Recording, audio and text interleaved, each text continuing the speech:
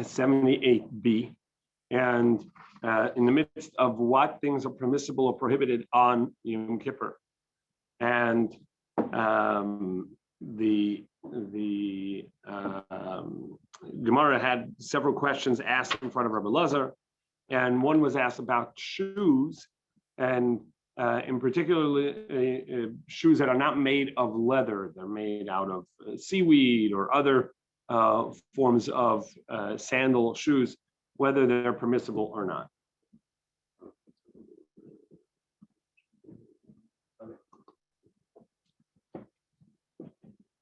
This is about the 8th or 10th line in on Ayin Ches Amud Beis 78b. Where'd you put this? What's in it? What's in it? I didn't put anything. It's just hard copy. What's wrong? Maybe it's somebody. Yeah. Thanks. So the Gemara says, Rabbi Yehuda Nafik v'dehitni. Rabbi Yehuda went out with a something called dehitni, which was a hitni was a seaweed, also another type of seaweed shoe. Abaya Nafik v'dehutzi. Abaya, he went out with uhutze, which is like a shoe made up of leaves from a palm tree. Rava Nafik b'divli. Rava went out with a shoe made out of grass. Rabba bar Abhuna karach sudra karach. Rabba bar Abhuna, what he did was he just put a cloth around his foot. V'nafik, and he would walk out with that. Masav Rami bar Chama. Rami bar Chama question: what would be the halacha in regards to hakiteya? Somebody who is an amputee, who is missing a leg. Can he walk out with his prosthetic, which used to be just like a hollowed out piece of wood?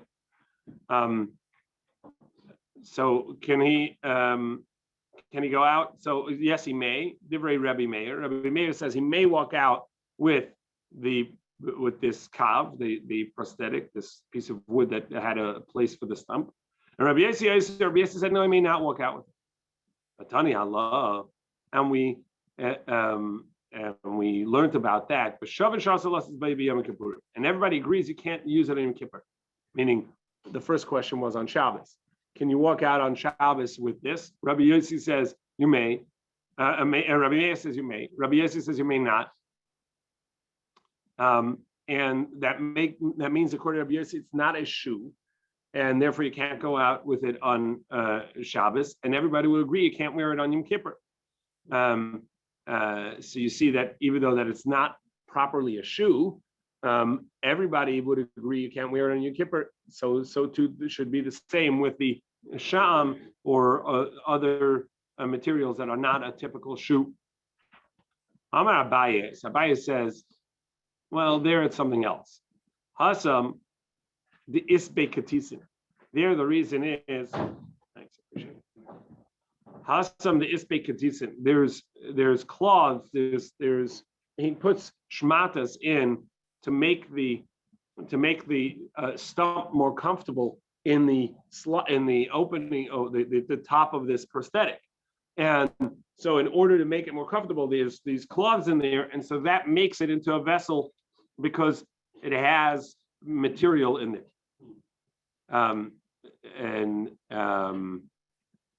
So Mushum Taina, and the reason it's prohibited on Yom Kippur is because it's too comfortable. Amalei Rava said, wait, Vilav Manu Kasisim Ashvili Mana. Wait, you're saying that it's not a vessel, and on account of putting the cloths in, that makes it a vessel? It's not a prosthetic, this pretty primitive prosthetic, which is basically a piece of wood with a hole in it for the stump. That counts, and it does not count as a vessel. But you put in a little bit of a cushion. You put in a little bit of what kind of cushion, right? Just some worn out cloths. That's going to count as as a vessel. And besides, who cares if it's comfortable? Yom Kippur, there's no prohibition of comfort. If it's not a shoe, if it didn't turn into a vessel, a shoe, then the discomfort is necessary. That's not true. On Yom Kippur, there are many things you're allowed to do that are comfortable. It's just particular things, one of them being not wearing shoes. But putting in a cloth into a prosthetic doesn't make it a shoe, A. And B, even if it does become a shoe, the discomfort is not a mitzvah.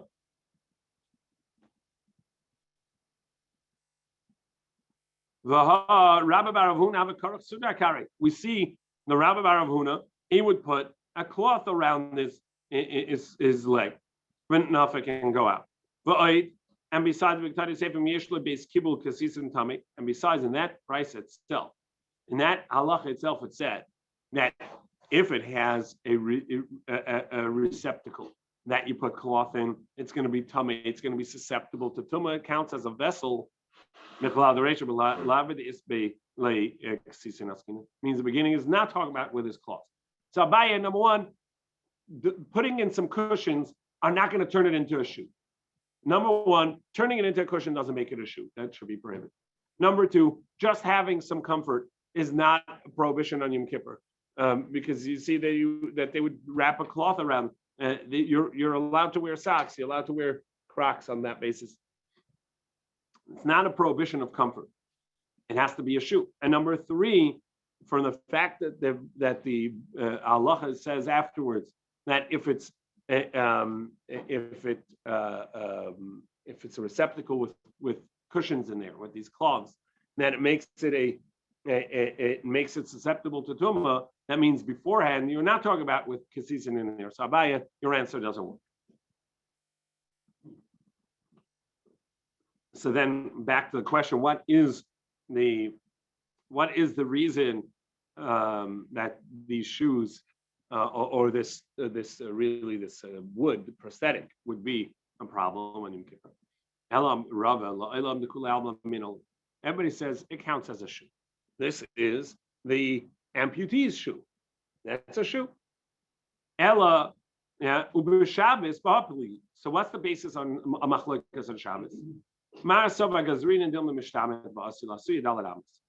The Rabbi Yossi says, you know why you can't wear it on Shabbos? Because the prosthetic may fall off. Right? It was pretty primitive. It may fall off, and he'll just pick it up and carry it in the public domain, and that's going to be carrying. So anything, and when we were learning Shabbos, we saw this, that many times, many things that there's a concern they may fall and end up becoming something you carry. That becomes prohibited, and so to here with the prosthetic. Umar Savar and Rabbi Meir disagrees, and he says that it's permissible. He said because there's no gzeira. But in regards to Yom Kippur, it's going to be prohibited because it's a shoe. It is his shoe. Everybody agrees it's a shoe. And in regards to Yom Kippur, this is the equivalent to his shoe.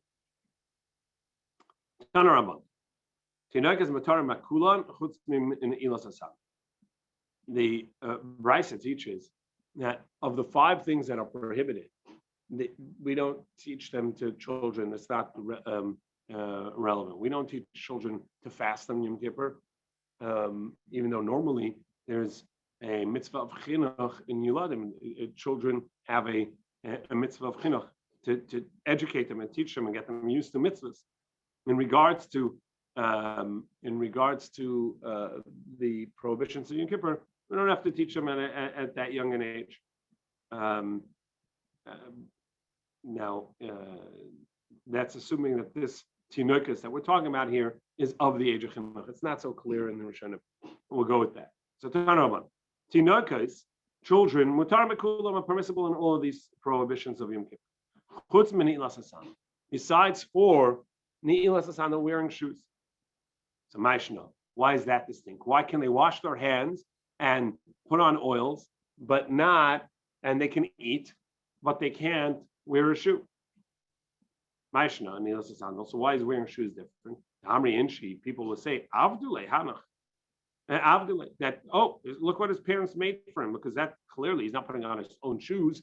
That's parents doing it for him. So if parents are doing it for him, that's the reason it's prohibited, because everybody knows the parents made it. It says, Hanachnami Amri Inshi, Avdule Rechitza, Vasicha. Well, people are going to say his parents bathed him, his parents put on oils on him. Gemara says, now people may say, oh, he's bathed from yesterday.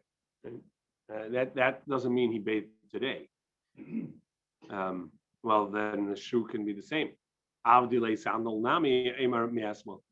the parents put on shoes for him. Yeah, that could also have been done yesterday.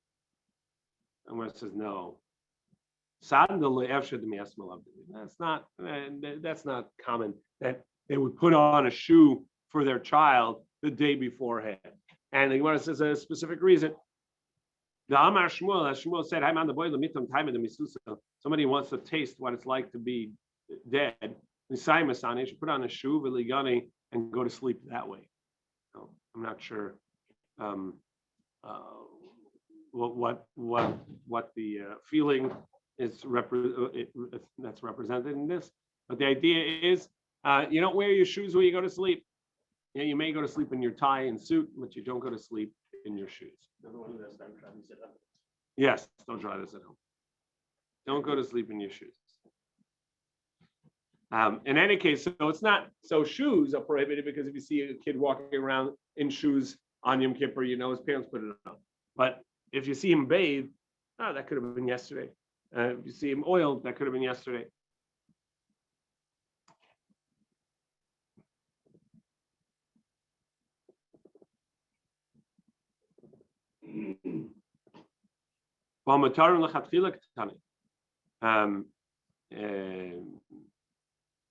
It's not that just that we're concerned that maybe somebody would have done it or what it would look like. It says if this person comes and asks, what should I do with my kid? We tell them, go ahead and feed your kid, go ahead and bathe your kid, right?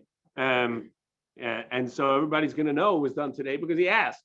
So you can't say it's because we think it happened yesterday. If he asks, we would also tell him to do it. And that clearly means that it is done intentionally for today. And everybody knows about it.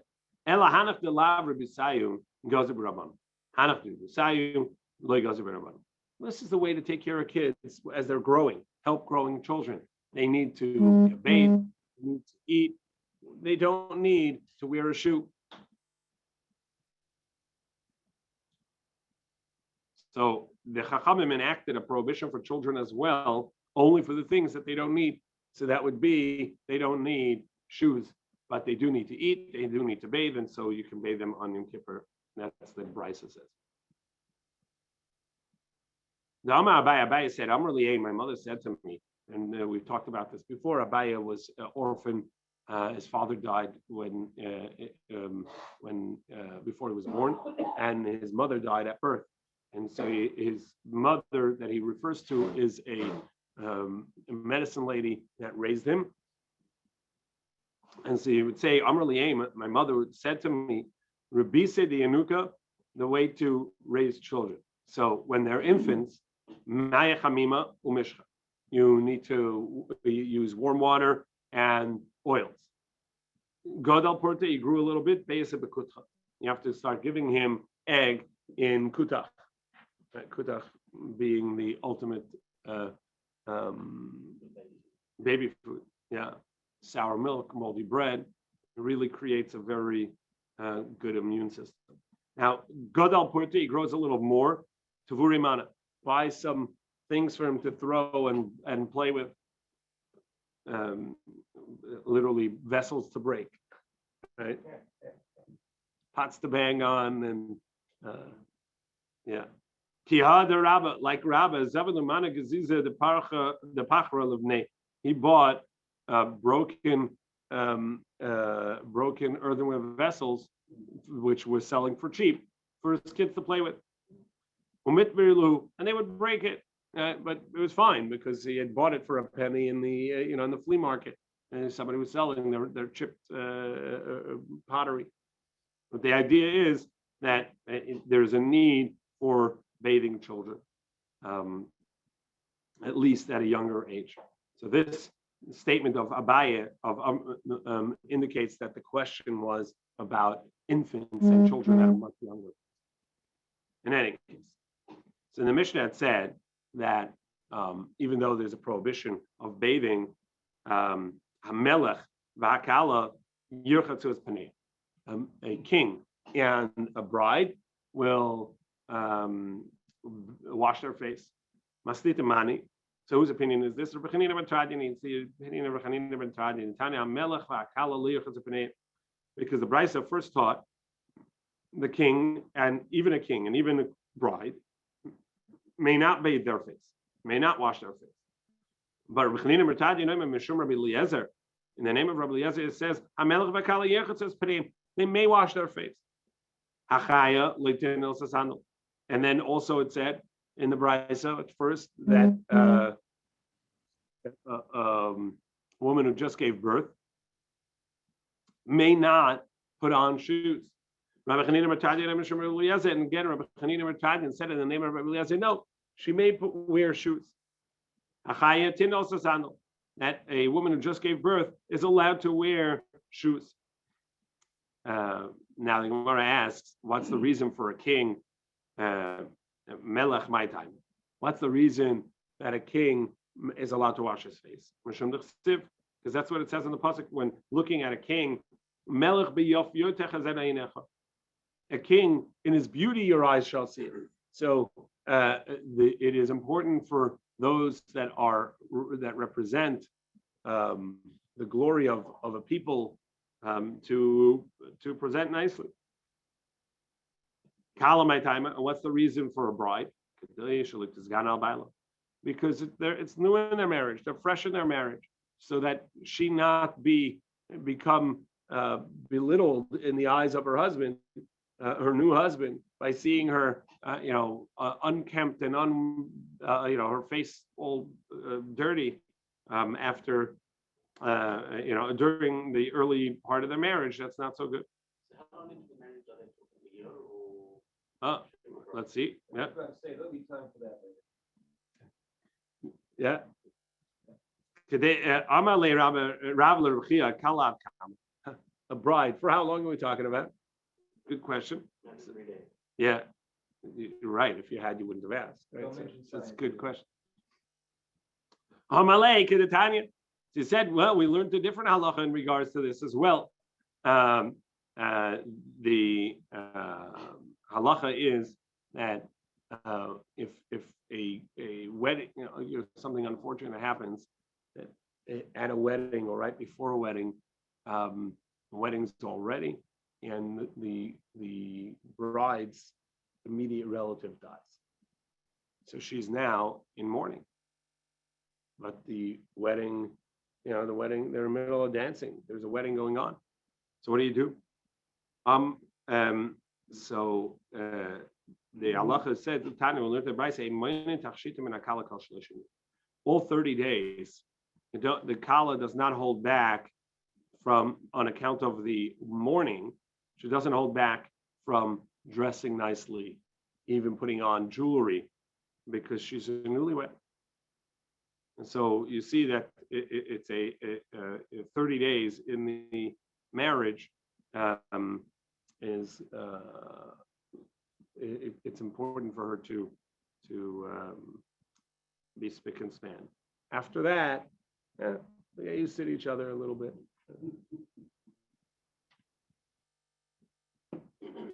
Sloppiness starts setting in.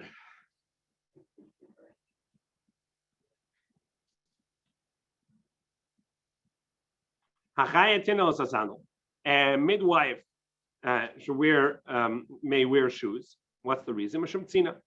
Because it's cold and she is likely to feel cold, loss of blood and so on. Everybody agrees that if there's a danger to walk around barefoot, there are scorpions or something else, everybody can wear shoes. There's no prohibition of wearing shoes in a place that there's a potential danger. The only halacha that we talk about wearing shoes was about wearing shoes in a place where you're doing it for comfort. But if you're doing it for safety, then it is permissible. Are we saying any kind of shoes or just leather shoes? Well, at first, at the top of this was a question of whether only leather shoes or what about shoes made out of other materials, right? But in halacha, it is only leather shoes that are prohibited, right? But even leather shoes are allowed to be worn if that's what's necessary to protect yourself from danger. So Leather shoes, is that leather uppers or leather soles? either. Yeah. Because I thought I've known that it was leather soles. Mm-mm. If you have a synthetic sole, a rubber sole, and a leather upper, it's also prohibited. Yeah. The shoes may not be leather. There's a pretty recent thing where you see people not wear leather belts. It's a mistake. There's no basis for that. I don't know where that mistake comes from. Huh? Berkeley, yes. Oh, But I've seen it here. I saw it here the first time, and I've seen it here with a number of people. They won't wear any leather on Yom Kippur. It's a mistake. It's only about shoes. Like the Gemara, like we saw today in the Gemara, clearly it was specific to shoes. Okay. The next prohibition, which we've seen before, the Torah prohibition of not eating on Yom Kippur. So, one who eats a plump, agasa, right? Is plump keseves agasa, a plump dried fig. What do you call it? What do they call it? What? Dried fig. Large date. Plump yeah. dried date. Not a fig, a date, but a dried date. So a plump one. So what does that mean? So Bayra Papa, Keseves Amru. This that we said that you have a Keseves, this plump date. Bigari Nasa. Is it with the pit inside? And the pit of a date is pretty large. So it doesn't mean with the pit inside. Or does it mean without the garin, without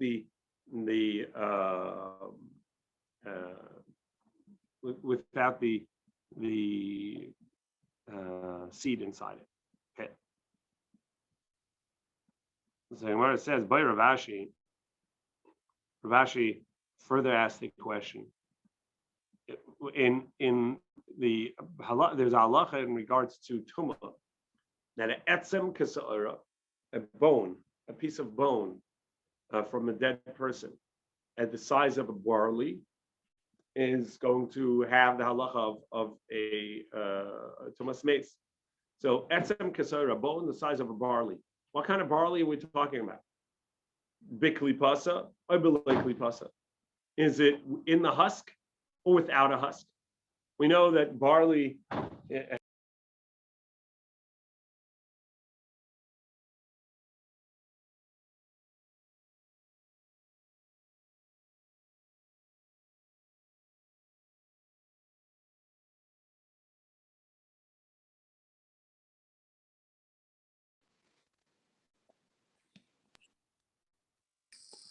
Not hearing you.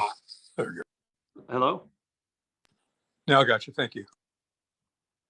So this that it needs a husk. This that we say the size of a barley is a bikli pasa with a husk, or bilekli pasa without a husk. Also, balacha or bivesha. Is it a fresh barley or is it already dried? Is it the green barley berry, or is it a dried berry, a dried barley? Now the Gemara says that Rav Ashi, who asked about the barley, did not ask about the koseves, about the date. Rav Ashi lemibele hadar Rav Papa. He doesn't ask Rav Papa's question of whether the pit of the date is included in the size, because gasa itma, it said a plump one, all right? Gasa, so kol kama gasa, the plumpier the better, right? So if you take out the pit, that's going to be a much smaller size. So of course it's talking about with the pit in it. And Rav Papa lemibele hadar Rav Ashi, and he didn't question Rav Ashi's questions in regards to the barley, because lacha, he says, the question regards to whether it's wet, moist, or dried, shibolas mikri. While the berry, while it's still wet, it's not called the barley. It's called shibolas, a stalk, right? You take it off the stalk when it's dry. When it's still wet, it's part of a stalk. It's not a barley on its own. Shaloi b'klipasa, once you've dehusked it, it's now just the wheat berry or the barley berry. Ushla mikri. That is another word. Ushla, different text. But the idea is that when we talk about sa'ura, a barley, it's talking about a specific thing already dried, so it's off of the sheaves, the stalks, and it's also off of, but it's also still in the husk, because once you dehusk it, it's something else. Amar Rabba, Amar Rav Yehuda. So Rabba said, name of Rav Yehuda, Kesevas Agas Amru Yiseiru Mikabitz. How big is this date? It's larger than an egg. A plump date larger than an egg. The Kimlo Rabban of the Hachim said, what's the reasoning for this measure? Why is it not more or less? Because in regards to things that require eating, so the prohibition is to eat. Say, for instance, to eat chametz on Pesach, to eat to eat non-kosher. The prohibition is eating. What counts as having eaten? An olive size. In regards to Yom Kippur, it's not a prohibition of eating. Torah didn't say do not eat. It says afflict yourselves, right? So there, it's more than eating. It has to be something that will somewhat calm one's hunger pains, right? So that requires a little more. It's not just an olive size. An olive size is not really gonna calm you. For that, you need a little more. You need a date size of food. Now that will not long term. It's not gonna satiate, obviously, but it's enough to calm the hunger pangs. And that's the prohibition of the Torah. The Torah says, inui, afflict yourself. So there, it needs a larger size of food in order to calm oneself. Less than this is not enough to take away the inui, the hunger pangs.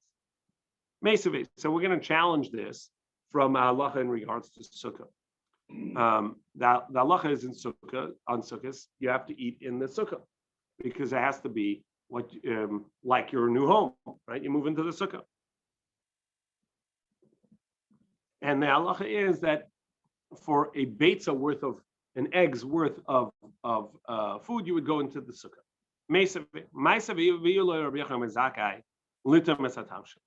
There's a story that they brought Rabbi Yochanan Zakai a little bit of a spoonful of whatever it was to taste it. Said, hey, would you please taste Rabbi Yochanan Zakai? We know that you like the soup. Would you taste it, see if it's right, and tell us what it needs? So he said, okay, bring it out to the sukkah. Rabbi Gamaliel, similarly, they brought him shtei kesavis, two dates, v'delisha mayim, and a jug of water. V'amru, ha'elum l'sukkah. And in both of these cases, both in the case of Rabbi Yochanan ben Zakkai and in the case of Rabbi Gamliel, he said, bring it up to the sukkah. Take it to the sukkah, and then I'll eat it. I'm not gonna eat these dates or drink this water outside of the sukkah. And on that, so far no question, right? Seems good, right? Because a beitza is the amount that you have to eat in the sukkah. 2 dates, you have to eat in the sukkah. However, we learned about that in the Brisa of Tani Allah. When the Brisa said about that particular scenario,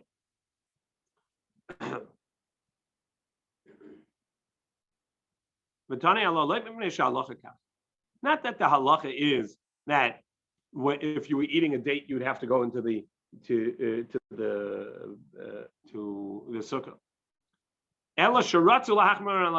But rather, it was because they were being strict upon themselves. They say, you know what? Even though it's less than an egg size, it's less than a beitza, and therefore I don't need to go into the sukkah.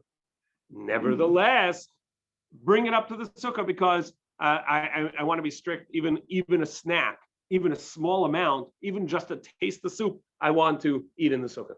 So, Rabbi Yochanan ben Zakkai, sure, that was a chumrah, that was a stringency. However, in Rabbi Gamliel, you're saying it was a stringency that he decided to go into the sukkah. You're saying that he didn't have to go to the sukkah, but because he wanted to be strict, he went to the sukkah. That's really nice. But what that indicates is that there was no obligation to go to the sukkah. Wait, but we know that you have to go to the sukkah if you're going to eat a kabetza, an egg's worth.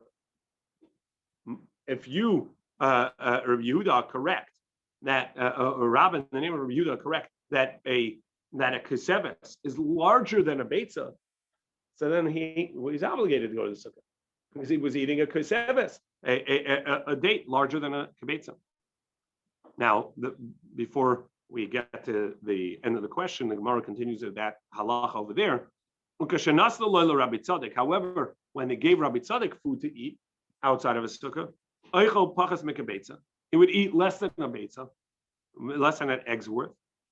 So, number one is he wouldn't wash his hands. 3 leniencies. 1, he didn't wash his hands. Rather, he wrapped his hand in a cloth and ate it that way.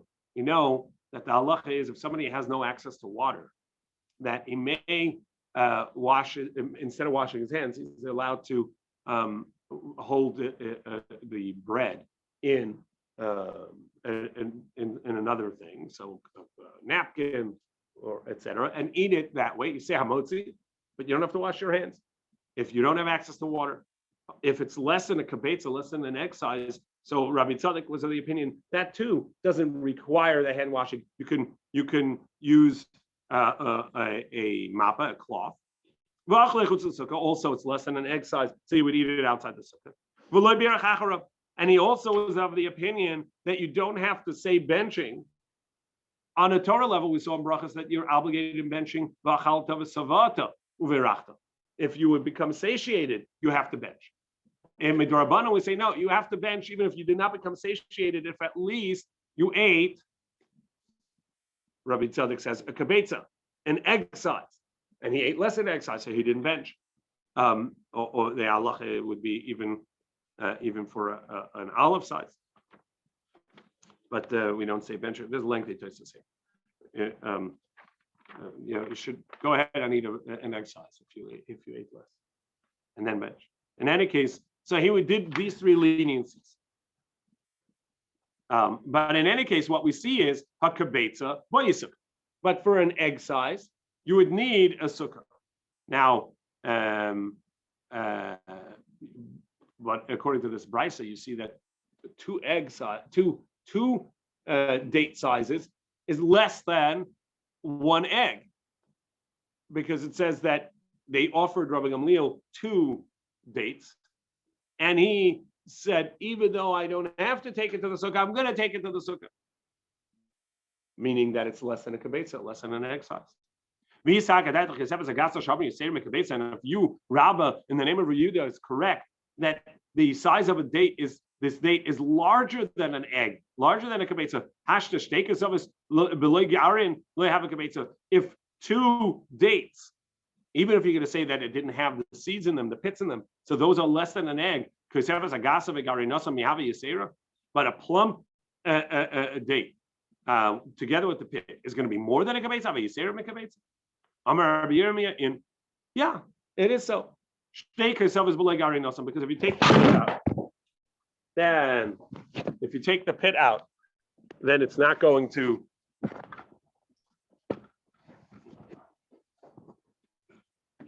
If you take the pit out, then it's going to be even 2 dates without the pit are going to be less than a kibetza in egg size. In other words, the pit is more than 50% of the date.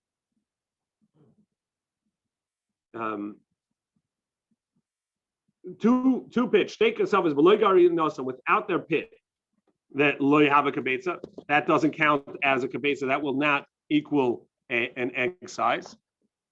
Whereas, but a plum date with its pit, obviously that is larger than an egg.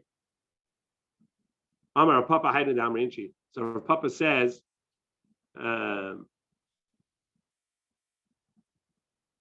where did you get the idea that it was talking about a quail egg? I thought that was just the standard size that we refer to. No, I think we're talking about chicken eggs. It's just that chicken eggs themselves have many sizes, right? You can have the jumbo, double A, A, right? There are different grades, different size of chicken eggs themselves. I'm pretty sure the general egg that we're talking about is a chicken egg. You are right, John, in just questioning the what is the size? I mean, what dates are we talking about, and what eggs are we talking about? Because obviously they come in different shapes and sizes. But it's not talking about an ostrich egg. 1, because that's pretty large. 2, because they're not kosher. So the two reasons that they're not. All right. In any case, but it may be talking about ostrich dates. Okay. So Amar Papa said, this is what people say. If you buy 2 measures, okay, so 2 kav of dates, chad kava the kashyaisa v'soriach. It's one kav of dates with the pits in it, and there's even more. In other words, that the pits will take up more than 50% of the date. And so if you get 2 measures of dates without the pits, that would equal the measure of one measure of dates with the pits. And in fact, it'll even be more. Okay, so the first answer we said was, well, yes, you're right. That Rabbi, the name of Rabbi Yehuda, you're right that a date that we're talking about, a plum date with its pit, is larger than an egg. But the halacha is that the reason why he said for 2 dates, bring it up to sukkah and I'm not obligated, really he should have been obligated, but he was talking about dates without pits. And therefore, 2 dates without pits are still going to be less than a kibetza and less than an egg, even though that 1 date with the pit, a plump date with the pit, is going to be more. However, Rava says, no, it could even be that it was talking about with the pits. It could even be that it was larger. Rava ma'asam haina time, but the other reason is something else. Why do we say needs a sukkah? Again, the Torah doesn't say eat in a sukkah. What does the Torah say? Live in the sukkah. What you would eat as a meal food, you have to eat in the sukkah, because that's what you do. You sit down for a meal. So you're going to have bread, you have to take it to the sukkah. But you can have a snack, you can have a fruit, you can eat some grapes, because that I would do it outside of my dining room. I don't take that into the dining room every time I have grapes. All right, I'm going to have an apple, set up the dining room, right? But we're going to have a meal. We're going to put some bread on the table. We're going to have a meal. That goes to the dining room table. So therefore, in the sukkah, you have to take bread meal up. Kibetza of bread, an egg size of bread, you would have to eat in the sukkah. But an egg size of fruit, you don't have to eat in the sukkah. So we challenge. I'm a Rebbe because Rebbe said that when we were learning Torah by Rabbi Elazar ben Shamua, Heviu lefanenu te'enim va'anovim va'achalnum achilas arei chutz l'sukkah. They brought before us figs and grapes, and we ate them a temporary eating, meaning just a snacking, not actually eating them outside of the sukkah. Now, from the fact that it said achilas arai, just like a temporary eating, literally, meaning snacking and not actually sitting for a meal, you see that even in fruits, there's a concept of sitting down to a meal or not sitting down to a meal. And you can eat achilas arai, this snacking of fruit outside of a sukkah. Achilas keva. What if you're going to sit down to a meal? Like, you're not. So the Gemara says, no, even every fruit's that way. That's what he meant. We ate them since it's fruit. It's like eating a temporary meal, a snack. It's not sitting down for a meal. We ate it like bread temporarily, like Rabbi Tzadok, who didn't take the less than a kvetza up to because it was just like a snack, just like a not a permanent meal. Chutz l'sukkah. So that's why they ate out of sukkah. Or if you want, we ate the fruit. He's saying two things. Number one, we ate the fruit and achilas keva. We had as much as we wanted of it. We sat down to snack.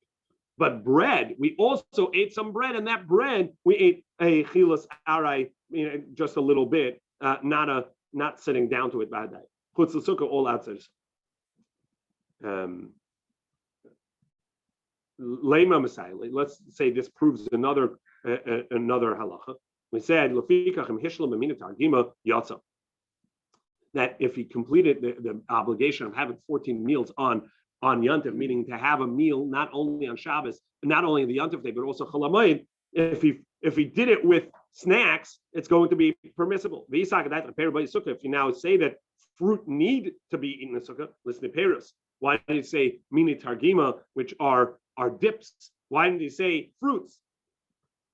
Must be that fruits don't need a sukkah. The Gemara says no. My mini targima Peros, that it actually is fruit included. Or perhaps maybe they weren't fruit there, so he's just talking about dips because that's what's common. Tomorrow we'll continue with this discussion. Rabbi Tzvi's opinion